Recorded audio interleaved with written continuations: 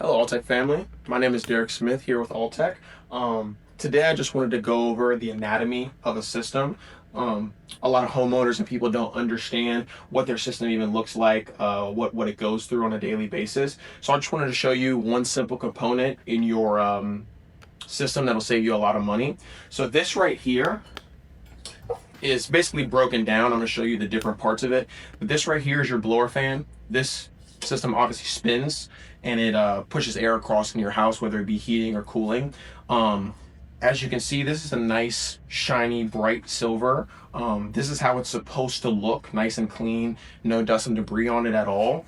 I'm also going to show you what it looks like inside of the housing. Now, as you can see, this is the inside of the housing attached to a motor, right?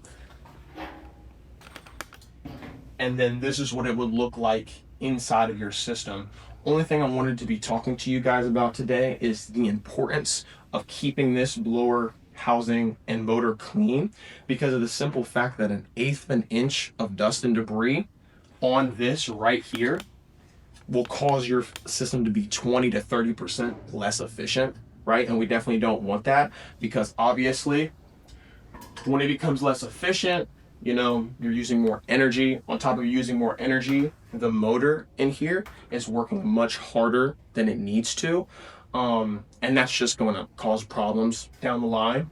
And then on top of that, it's just going to make sure that your system is working as hard as it possibly can. And then, your system will fail much, much sooner. So that's pretty much the basics of your blower fan. I just wanted you guys to see this is what we have to do when we come to your houses. We're inspecting to make sure that this is properly up to specification.